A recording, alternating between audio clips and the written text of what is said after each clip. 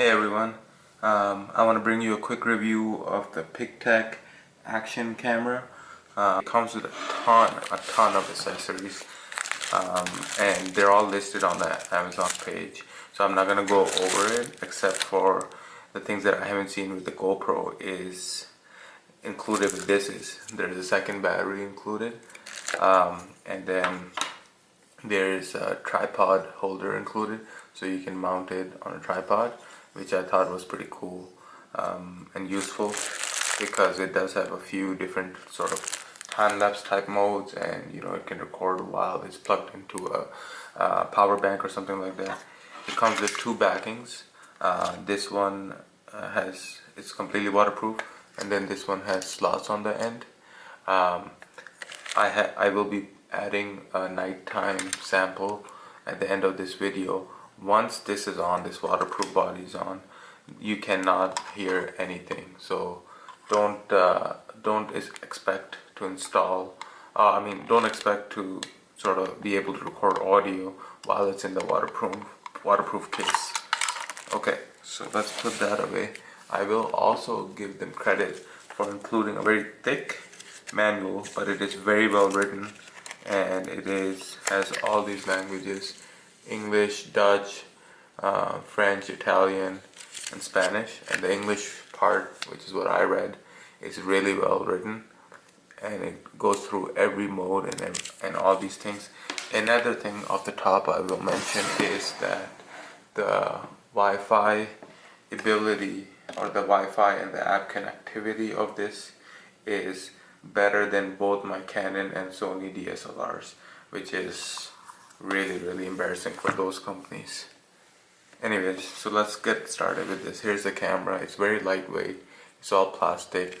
To be honest, it does feel a little bit inexpensively made. The LCD is it's all plastic, and it is a fingerprint magnet to the max, and I can tell you that it will get scratched easily, so I would probably keep it in the housing. But overall, it's very light, and it has nice grip on it. So the battery goes in here, and it charges just through the camera with a regular micro USB cable, which is included, but a wall charger is not included. And then it has a HDMI output, and sorry, it's kind of hard to do this while I'm under camera. Let me just...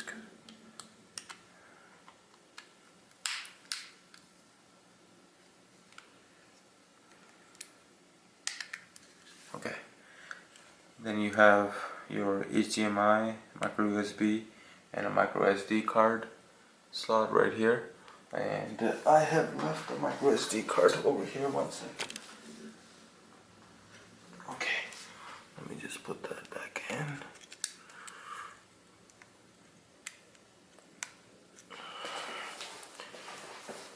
Okay, so here's your sort of like the general OK menu button. Here's your power button. So we're going to turn it on and let it boot up, and there you go. That's how quick it is. I'm just recording at 1080p 30 frames per second. On the side you have two buttons. One is sort of general down, one is up, and also Wi-Fi. So if you press the power button while it's on, it will go through play modes. So it will, this is the camera mode, 12 megapixel. Then you have, this is your play mode. Then you have menu, and there's 6 pages of menus. I don't really want to go through them all, but I can show you quickly a couple of them if my camera will decide to focus anytime today. Come on, Sony, focus.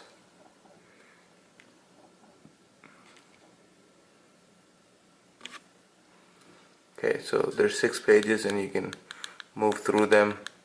There's a couple of modes, like it will let you put on a motion detection mode, which works pretty well. I tried it out in my apartment, and it will detect my motion up to like just over a meter.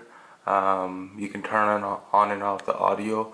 There's the HDR mode, or In the app it's called WDR, I believe, wide dynamic range. Didn't really change anything in the video, it kind of just made it worse, so I left it off. You can change ISO and exposure, but for a camera like this I'll just leave it at auto, to be honest. There is a way to turn on and off beep every time you go to the menu, and then there is car mode, which basically turns it into a dash cam, so that every time it gets power it automatically starts recording. So that could be useful, sort of two in one device. Okay, so I'm gonna press this button, the power button here, to get out of menu again, and then I'm going to show you the Wi-Fi. So all you have to do really is press this once and then Wi-Fi turns on. It's so easy. I'm so impressed compared to the Sony or Canon where you have to go through like menus.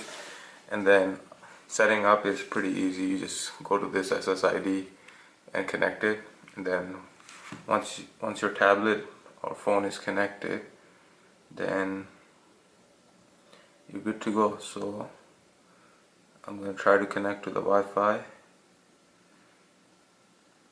and then connect to the camera. Once you connect to the camera, the menu buttons, the power button stops working, and the app takes control. My tablet is not cooperating right now. Let me just see if I can. Yes, confirm please, Google.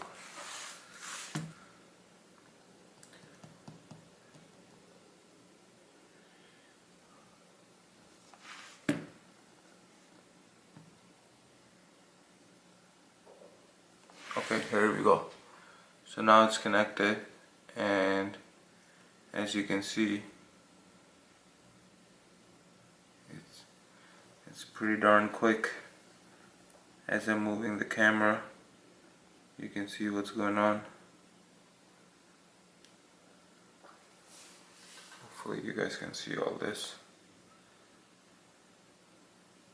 My messy apartment.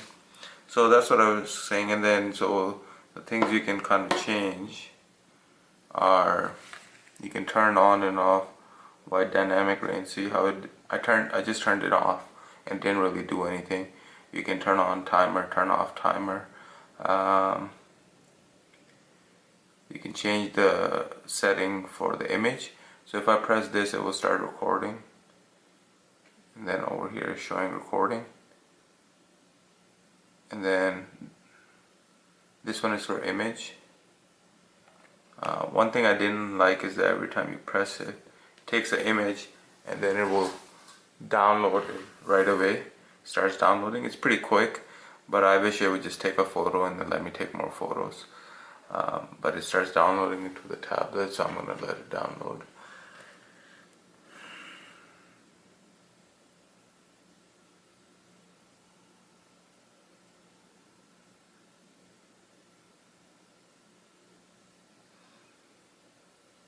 When I say it's quick for a camera.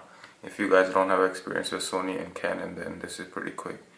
But then you can change a couple of other app settings like Wi-Fi password and things like that, but not much more. And mostly it's just for changing, and then you can review all the files. So you can go here, and these are all the files on the camera, and you can download them. And that's about it. I hope this review was helpful, and if you have any questions, please comment, and otherwise give me a thumbs up. Thank you. I want to give you guys a quick view of what it looks like at nighttime. So I'm looking at a fairly dark area of the city here, and you can tell the quality. And right now I'm talking into the camera directly without the cover, and I'm going to put it in the cover and just talk to you guys then. Good thing is that the cover doesn't change the viewing angle at all.